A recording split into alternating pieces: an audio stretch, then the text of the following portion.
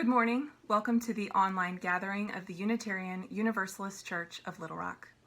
My name is Rebecca Retzel. I'm a member, and as the Worship Arts Liaison, I am coordinating the August sermon series while Reverend Jan is on sabbatical. Wherever you are, we are glad that you have joined us today. This month we're exploring a sermon series entitled Voices Past Through Voices Present, a series in which current members read content from the UUCLR services from the 1950s, 60s, 70s, and 80s. Not only does this provide some historical context during our 70th anniversary, but it also challenges us to listen with discerning ears, minds, and hearts. Throughout this series, I'm encouraging you to consider the following 4 things. If you did not know that this service was from our archives, would you think it to be contemporary? Does content from 50 years ago still carry meaning for us today? What themes of being a UU, for better or worse, still run steady through our veins?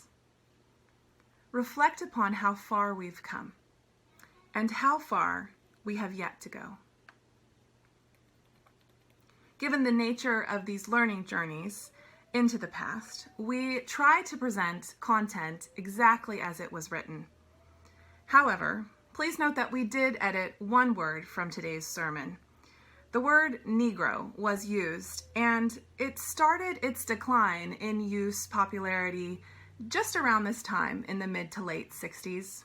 We've decided that out of respect and appreciation to that decline, it would not be used in today's service.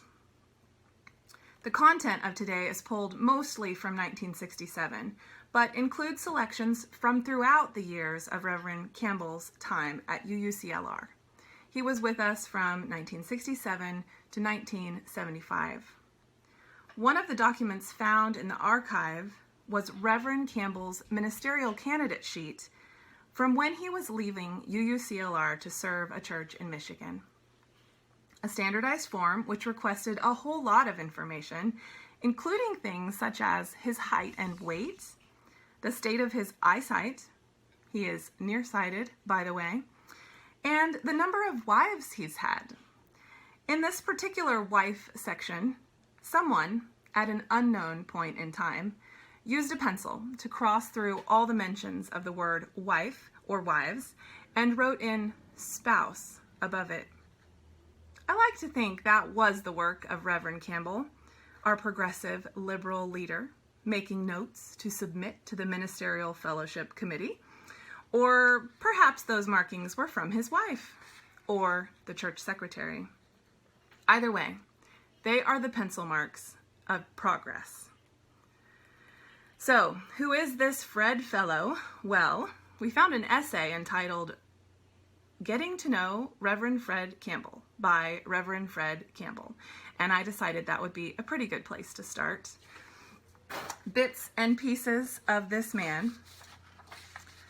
Fred Firth Campbell was born in Houston, Texas in 1936. When he arrived at our church, he was 30 years old and 5'11".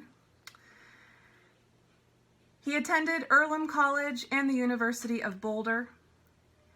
He was a naval officer from February of 1960 to August of 1963. He married his wife, Anne, in 1960. After being a naval officer, he was a director of a Girl Scout camp for a brief time before attending Meadville Theological School. He graduated and was ordained by the All Souls Church, Unitarian Church in Tulsa, Oklahoma in 1967. In August of 1967, he became our minister at UUCLR. He was married to Anne and had 2 children, Craig and Judy, who were elementary age when they moved to Little Rock. His hobbies included sailboats, canoeing, swimming, hiking, camping, home repairs, automobile repairs, and woodworking. I found an interesting paragraph listing a bunch of his community activities and was impressed. He was a member of the Arkansas Mental Health Association, Little Rock Urban League, Arkansas Art Center, Ministerial Alliance, member of the Board of Directors for Arkansas Council on Human Relations, Arkansas ACLU, professional resource person for Operation Contact, which was a crisis telephone line. He was on the board of Family Service Agency of Pulaski County, organized an advisory board of comprehensive mental health care. He was a Cub Master of PAC 66, and for each of the last 5 years, he taught one course at the University of Arkansas Little Rock, either Intro to Philosophy, Ethics, or Philosophy and Science. Fred Campbell was an interesting man and contributed much to the UUCLR during his years. So the stage has been set. We move now in a spirit of worship with today's opening words from Reverend Fred Campbell in a service from 1967 entitled, "Getting There When There Is Here." There are many forms of worship. There is the worship in awe and wonder. There is worship with submission and resignation to power. Let none of those describe the worship we join in this morning. Let us join in worship with trust and affirmation. Trust in the being of a world in which we live, affirmation of ourselves and others. Let us affirm that life has meaning and trust the creativity of which we are a part as we move from the known to the unknown and mysterious. I am Judy Rickard. I'm a longtime member of UUCLR, having signed the book about 1968. I've been on many committees and helped in different ways, oftentimes financial. But I'm retired now and have stepped back from the church, and the young people are doing a great job. And now to light our chalice. I have one of those little battery operated ones, not having a real candle in the house. So, lighting our chalice, we are ready to begin.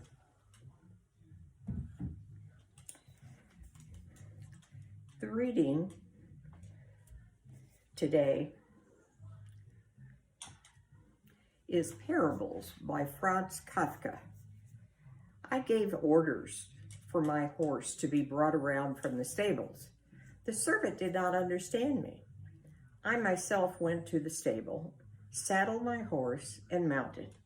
In the distance, I heard a bugle call. I asked him what that meant. He knew nothing and had heard nothing. At the gate, he stopped me, asking, "Where are you riding to, master?" "I don't know," I said. "Only away from here, away from here, always away from here. Only by doing so can I reach my destination." "And so you know your destination?" he asked. "Yes," I answered. "Didn't I say so? Away from here. That is my destination." "You have no provisions with you," he said. "I need none," I said. "The journey is so long that I must die of hunger if I don't get anything on the way. No provisions can save me, for it is, fortunately, a truly immense journey." The end. I now share a minister's report to the congregation, written by Reverend Fred Campbell, probably in late 1974 or early 1975. These are his words. "It has been some time since I made a formal report to the congregation. We are in the process of evaluating our program and planning for next year and the years to follow. This is a good time to review our history and the 7 years together as minister and congregation. We've just completed a successful every member canvas, which will increase our budget by 10% and keep it in balance. Based on a very careful reading of the current church directory and a restricting definition of, quote, active member, we have 163 active members, 15 inactive in our directory and on our mailing list, and 9 people who live outside of the North Little Rock area. 5 people have already moved, and 1 additional family has announced that they will be moving next month. Our membership is increasing, the number of pledging units are increasing, and our budget is also increasing. Further, I sense that this last year there was an intangible shifting of our congregation, and its program is receiving a higher priority in our individual systems of value. 4 persons attended District RE conference, and we were represented by a full delegation of 4 laypersons at the SWUUC annual meeting in Dallas. Our parking lot is filled to overflowing on many Sundays. We now take a moment to recognize our second Sunday recipient. This is a video that we are so sorry we omitted from the service last week by mistake. We are including it now.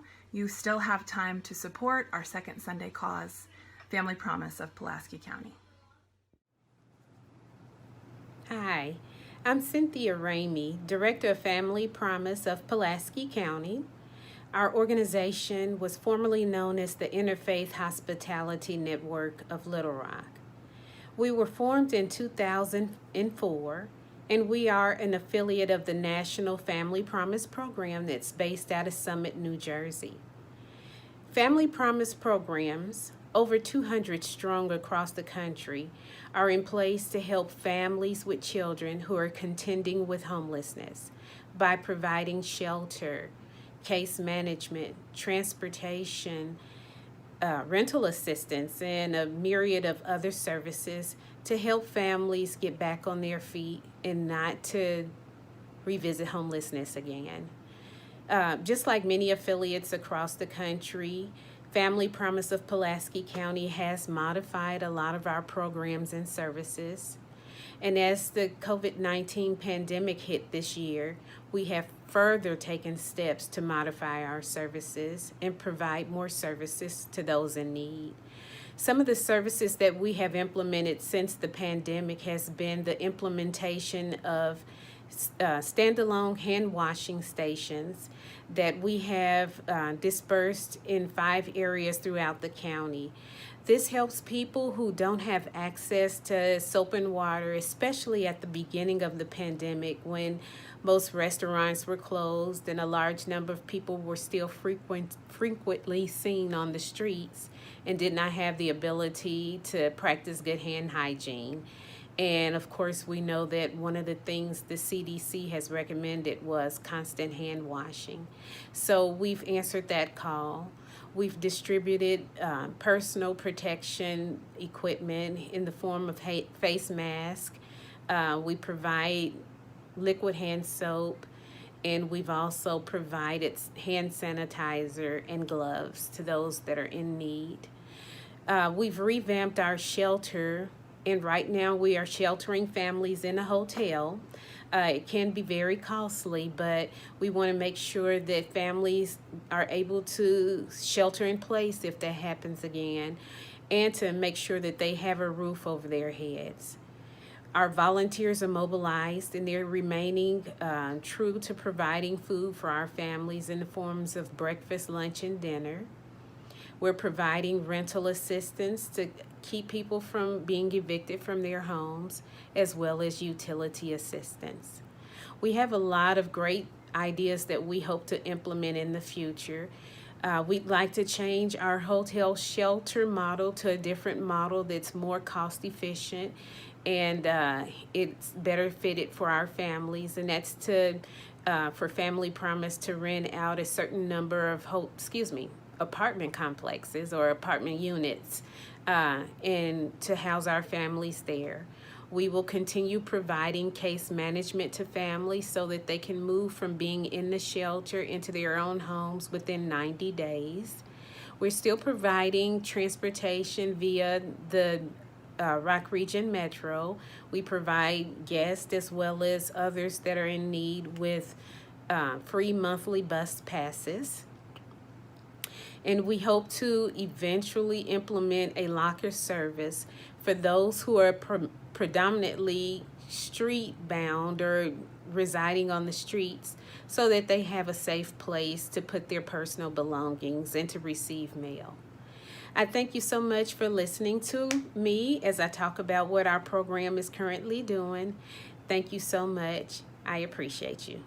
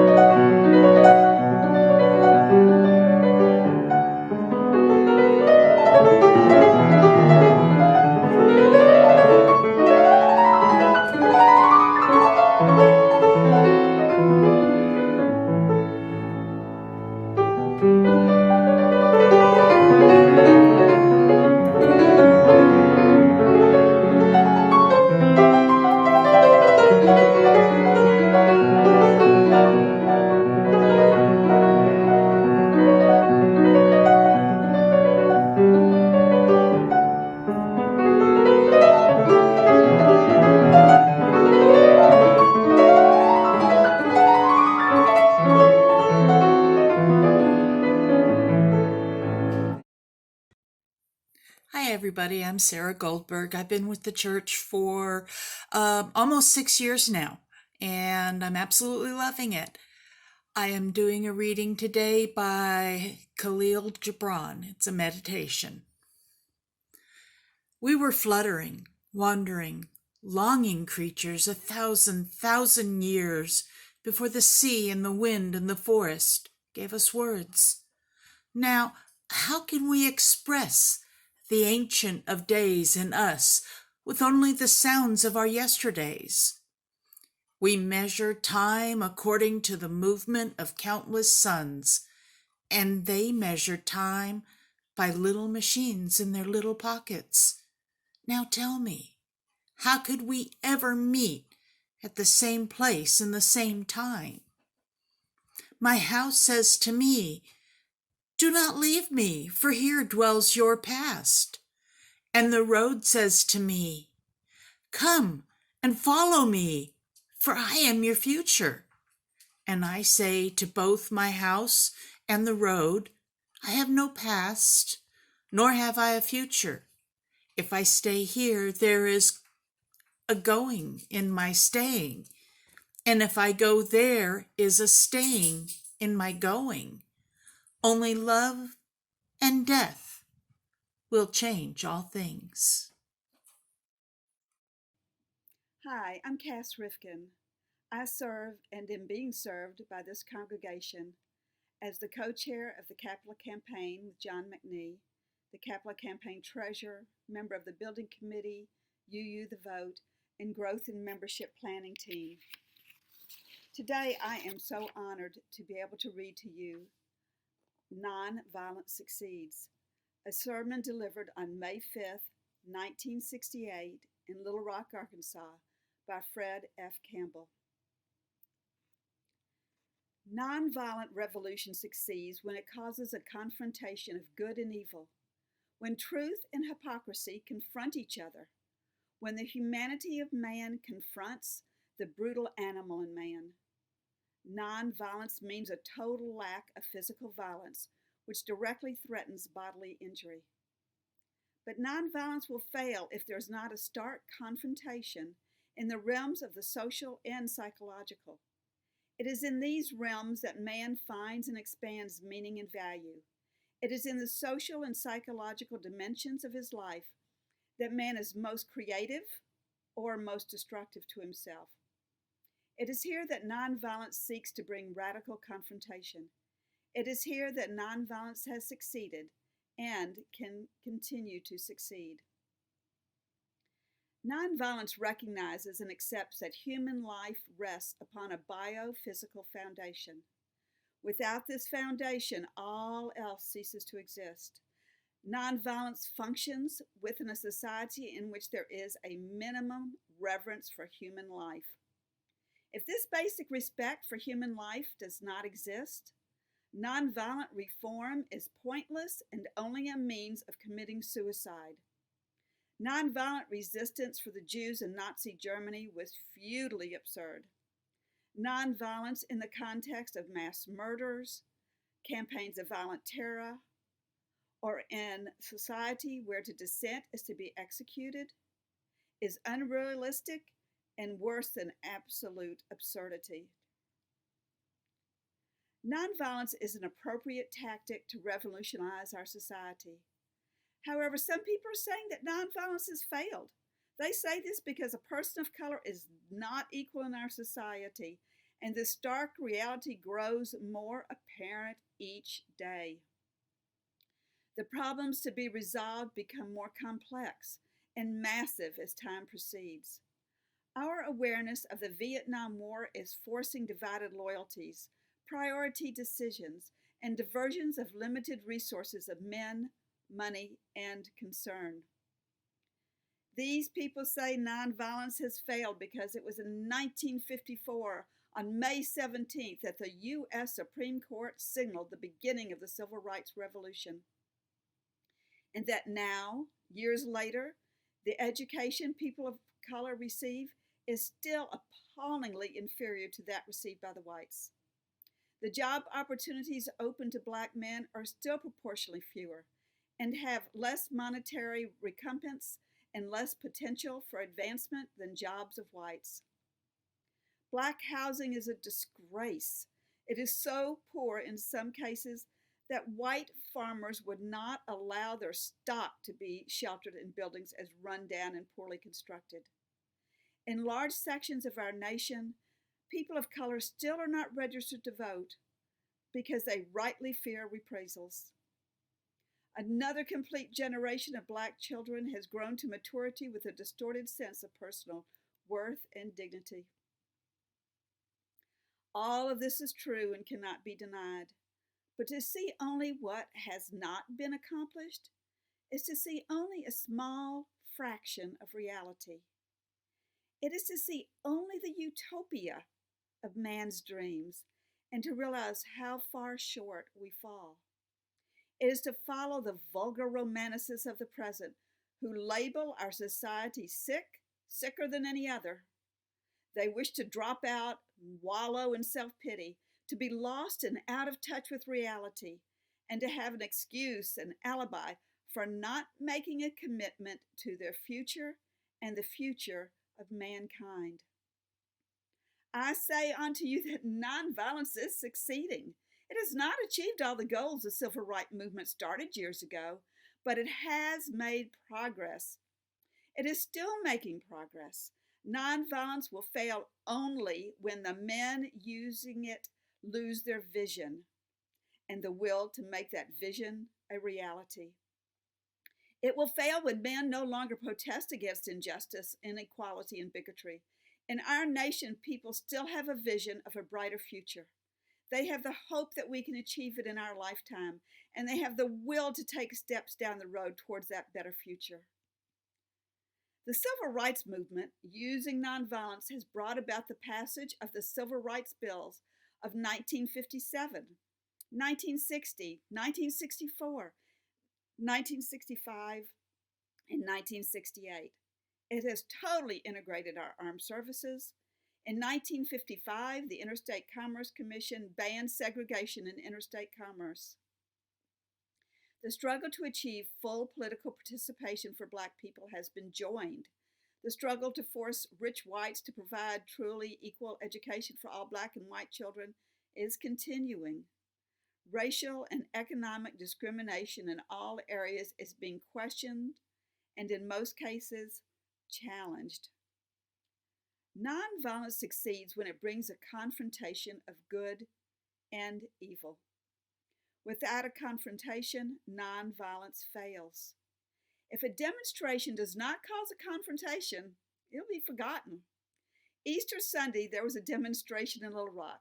The police cleared the streets. The people marched, sang, prayed, and talked. There was no confrontation, and the demonstration was forgotten on Monday morning. Significant confrontation occurs at 3 levels. The first creates tension within an individual when he is forced to face the hypocrisy of his life. To claim to be a human being is to identify with all of humanity. To deny equal humanity to other people through prejudice, hate, disrespect, and selfishness is to create a discontinuity within the personal identity. The fundamental confrontation for an individual comes when this discontinuity is exposed, and he must face it, and must then resolve it by restructuring his personal beliefs and actions.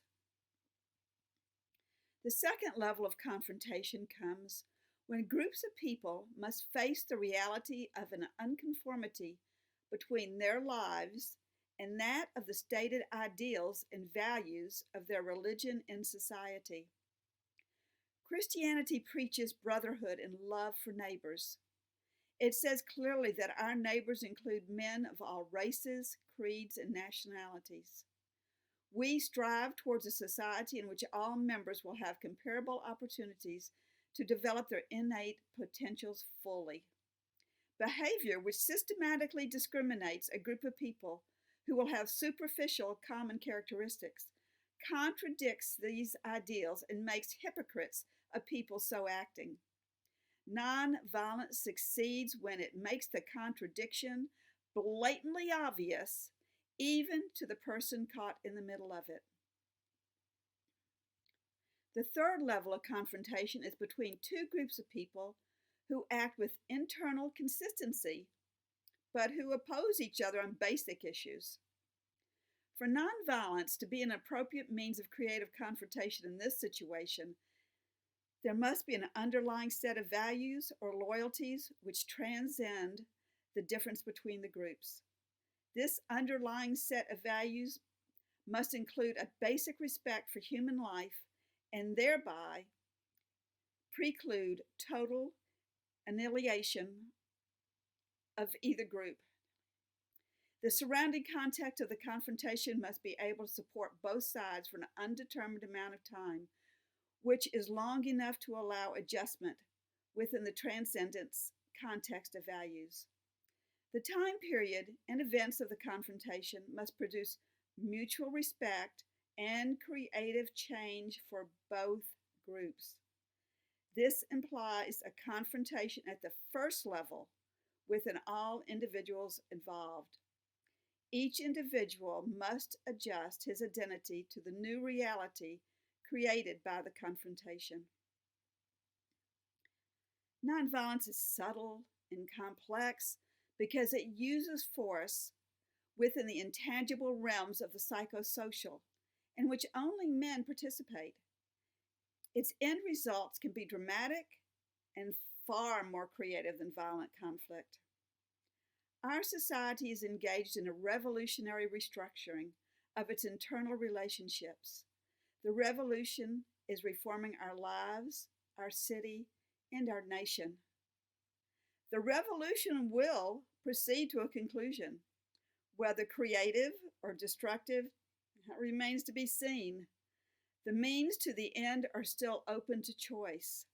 The options are violence or nonviolence. Both have been used in the past, and both will be used in the future. Which will prevail? That is the question you and I must decide. We will decide by the acts we do and those we leave undone. But we will decide because we have the power to tip the scales.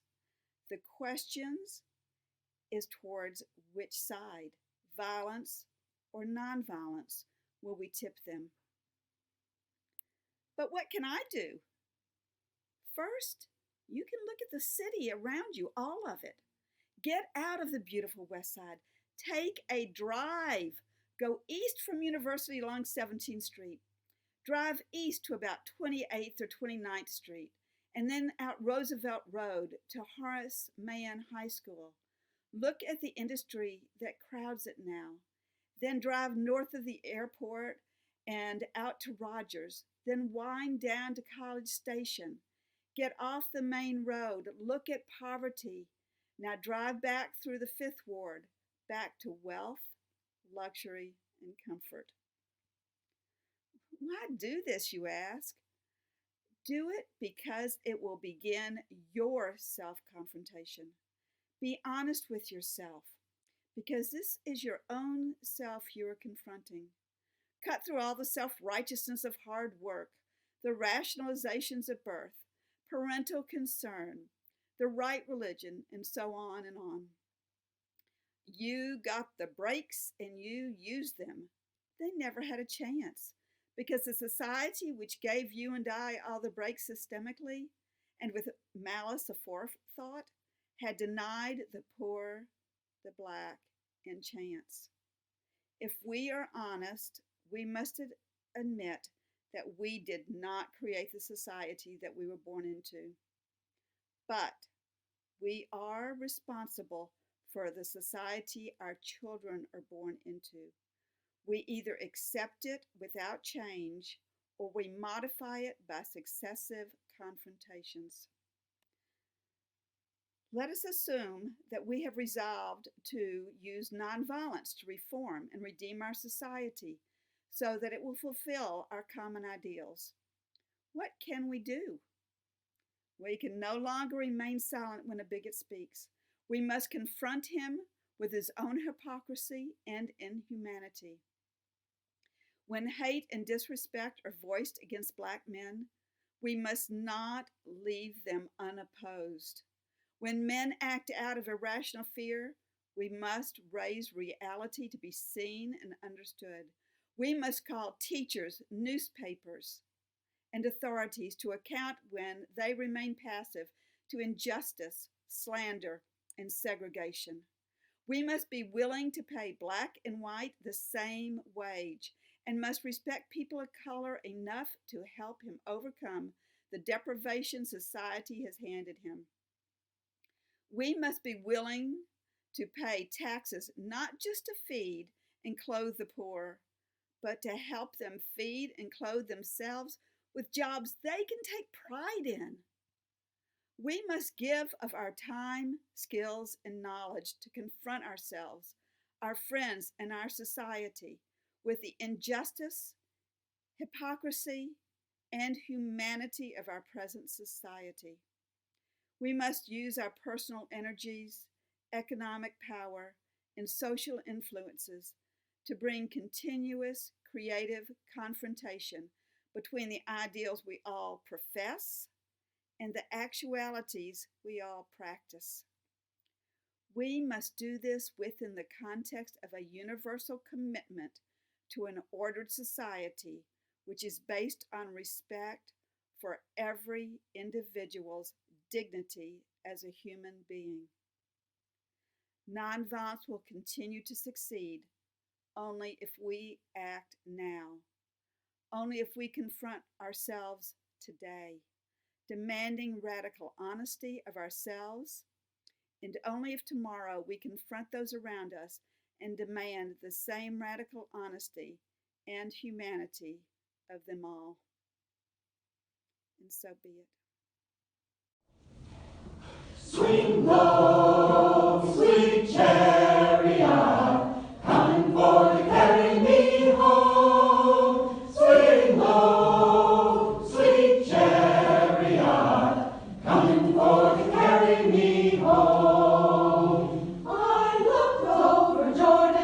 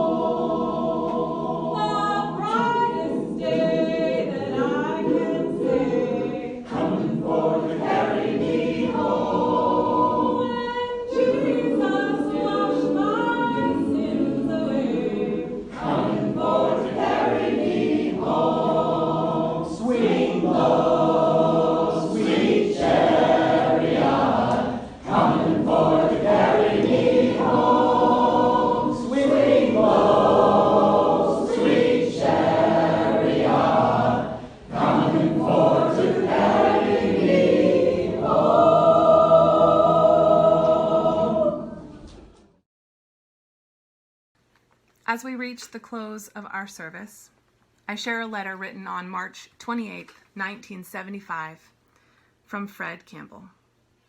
Dear friends, this is to inform you that I have given Al Hudnall, our congregation's president, my resignation to be effective July 31st, 1975. I have accepted the call of Grosse Pointe, Michigan Unitarian Congregation to be their minister beginning August 1st. We have spent 8 good years together. I came to Little Rock from seminary, and together we have grown and matured. Our church has gained in acceptance and recognition in Little Rock and in Arkansas. Our size has nearly doubled, and I believe our understanding and depth of religious community has increased significantly. My understanding of the human condition and skill as a minister has increased with age and experience. To my family, Little Rock is home, and moving is not easy. It is with emotions of loss and separation, as well as joy and excitement, that each member of my family participates in this move. We will miss all of you very much, and trust that we will be welcome if we pass this way again. We invite each of you to visit us in our new home in Michigan if you are traveling through that part of the country. With warm regards, Fred. Thank you for joining in our service today. Special thanks to our readers, to Judy and Sarah, and especially to Cass for giving life and voice to the words that are in our archives. Thank you always to John Perez for making these online services possible. Our closing words for today actually come from UUCLR of today. The words of blessing that we have been saying as a congregation together at the end of our services in recent years, they felt very fitting to close today's service. I invite you to join with me and say them in voice or in spirit as we close our service today.